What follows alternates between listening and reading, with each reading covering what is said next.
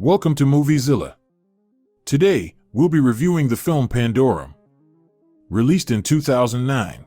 The movie begins with an overview of a massive space station floating in the vast expanse of space. We zoom in on the crew pilot listening to an audio transmission telling him that he is all that is left, and he is wished luck. Suddenly, a man awakens inside a narrow pod with machinery attached to him. He confusedly rips the pieces off as he cries out in fear, attempting to figure out where he is and what is going on. After successfully exiting his pod, he crumples to the floor and proceeds to remove the needles attached to him and look around his surroundings with a glow stick.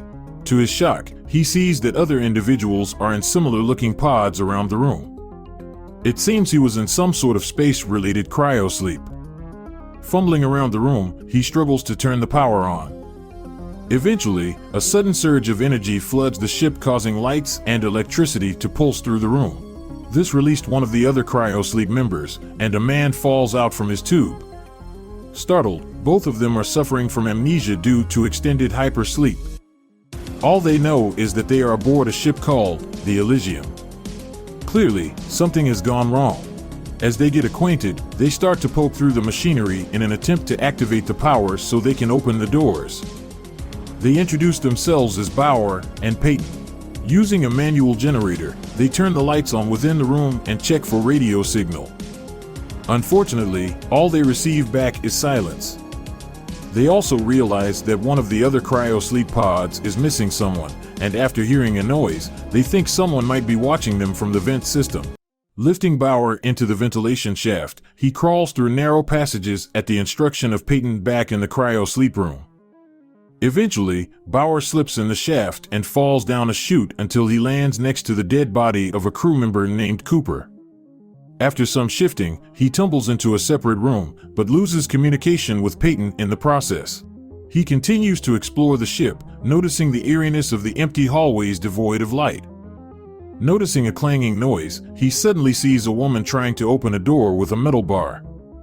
She immediately flees upon being noticed, and he chases her around a corner until he sees a shadowy figure standing in the darkness. She doesn't respond when he calls out to her, and as he approaches, he realizes that it isn't the woman at all, but a gruesomely mangled corpse hanging from the ceiling. The woman then assaults him from the shadows and quickly overpowers him as she searches his pockets. Noticing a light behind them, she quickly vanishes, leaving Bauer confused on the ground. He crawls toward the light thinking it might be good news, only to hear freakish screaming noises as the hanging corpse is suddenly yanked through the ceiling. Realizing something is amiss, he bolts in the opposite direction as several mysterious figures give chase. Humanoid, though mutant in appearance, they scream in an alien fashion, wielding glowing spears. Bowers hides in a locker while the aliens pass him by, only to be discovered when Peyton radios him through his comms.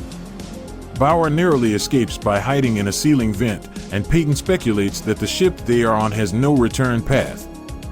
In a brief flashback, we are shown that a new planet was found to hold plant life, and the ship they are on was sending humans out to settle on it. As they chat, Bauer sneaks back into the hallway and realizes that he needs to save the rest of the passengers from the aliens. This includes saving both their wives. Bowers then manages to find anti-riot weaponry to help him fend off the aliens. Armed with self-defense, he proceeds through the ship halls only to see another human hanging from the ceiling, similar to the previous body from earlier. To his surprise, the person suddenly wakes up and begins flailing while hanging from the booby-trapped rope. He cuts the man down, only to be mistaken for a rescue team. Realizing that Bauer only just woke up and is effectively useless, he quickly begins rubbing oil on himself to cover his scent. He describes the aliens as both fast and strong before a horde come barreling around the corner on all fours. The two of them flee the other direction as they hide, hoping the aliens pass them by. In only seconds, the man is once again caught as a wire yanks him from his hiding spot and suspends him in the air yet again. Aliens then swarm and rip him to pieces. Bauer then runs away while the aliens pursue him at high speeds. He barely escapes off a ledge with the help of a wire wrapping around his foot, only for a mysterious figure to come to his rescue. The man doesn't seem to speak English, but at the very least he is friendly for the moment. They compare markings on their arm as they recognize that Bauer is in the flight crew and the man is in agriculture. Back in the main room, Peyton hears a noise in the ceiling as if someone is crawling toward him. He checks around the room, but realizes nobody is there, while he begins to suffer from a nosebleed. Bauer, on the other hand, is continuing to explore. He is again attacked by the mysterious woman, although now he has the Vietnamese man on his side. A battle ensues, but they eventually realize that they are on the same side. Also, Bowers has a riot gun. With only a moment's respite, howling from the aliens forces them to move. Although reluctant, the woman tags along with them. She leads them to a separate area with electricity and supplies, explaining that the ship they are on was meant to be a space version of Noah's Arkansas. It was meant to repopulate the new planet with all the species of Earth in an attempt to terraform it. Back in Peyton's room, he continues to hear noises from the walls. Stumbling over to some wires, he shockingly yanks a man out from the wall begging for help. He is dirty, naked, and covered in slime, claiming to be from the flight crew. He claims his name is Gallo, though he is too traumatized to speak further. Bauer and his new friends continue through the ship until they reach a huge open expanse, containing all the cryo-sleeping flight crew. Unfortunately, this is the main hunting ground of the aliens. While moving across the room, they take a wrong step and land in a sewer filled with waste and excrement.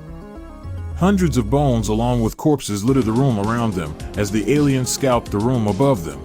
They slowly crawl back up to the larger room until Bowers suddenly comes face to face with an alien. It lunges at him with extreme speed, knocking him into a cryo-sleep pod and disorienting him. Meanwhile, it attacks the woman until Bowers tackles it. A fight breaks out between the three of them, including the Vietnamese man. With the four of them together, they manage to kill the creature in a grisly display of gore. Unfortunately, the whole thing was loud and watched by other members of the alien gang. They immediately flee upon seeing the larger numbers, while cryo-sleep pods begin to open and free the crew members in the room. Unfortunately for them, they are immediately attacked and eaten by aliens. Grim way to go. Peyton then tries to communicate again with Gallo, but Peyton quickly realizes that Gallo might be more dangerous than he appears. Gallo describes that his previous crew went crazy, and not all the blood staining his body is his own. As Bauer and his team continue to flee, they come across another crew member named Leland. Warming up to each other, Leland cooks a meal for them and explains that he has been hiding for so long he has started to go insane. While speaking, the woman Nadia explains that the aliens on board are not aliens at all. Instead, they are mutated passengers that were supposed to populate the new planet. Instead, they adapted to the ship, as it has been floating in space for significantly longer than they all realize. Leland, while listening to their conversation, explains that they had been sleeping for so long, they had all forgotten that Earth is actually destroyed. This ship is all that remains of the human race. They have no idea how, but the entire planet vanished in a single night. As he continues to explain, they realize that Leland has poisoned them with his cooking and fall unconscious. Meanwhile, Peyton continues to talk with Gallo about the symptoms of a disease called Pandorum. When people are on a ship for long enough, they slowly begin to go insane. Gallo becomes increasingly erratic, causing Peyton to become nervous. But his real fear is that he notices he is starting to exhibit symptoms of Pandorum himself, while Gallo is watching.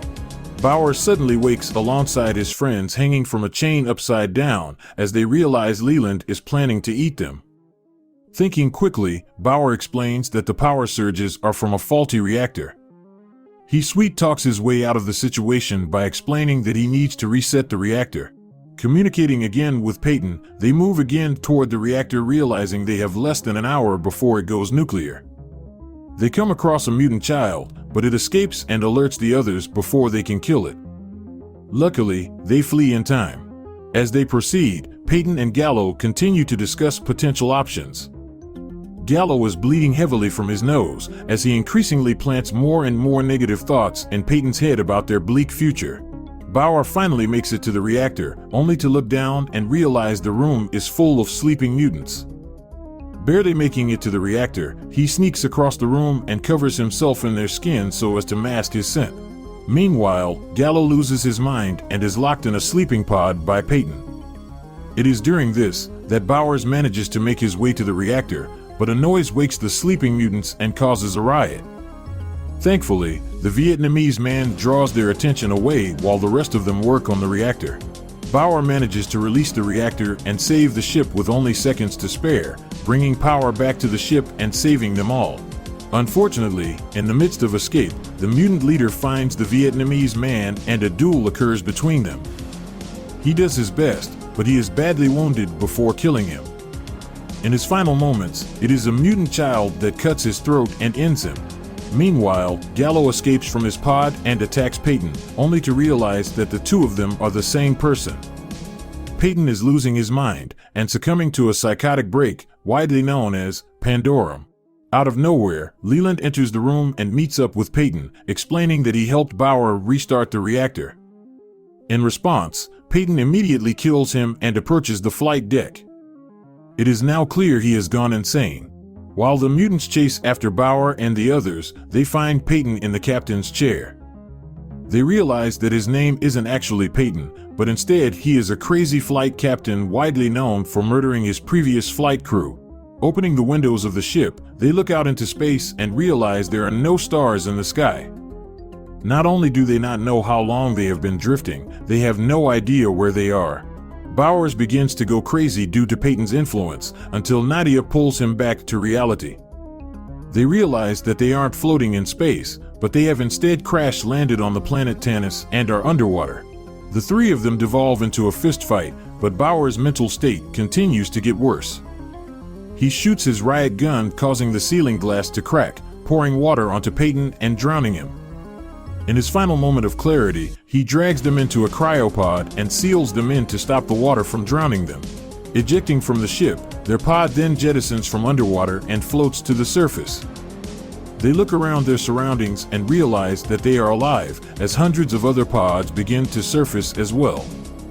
Survivors slowly begin to wake up as they see land and green pastures nearby.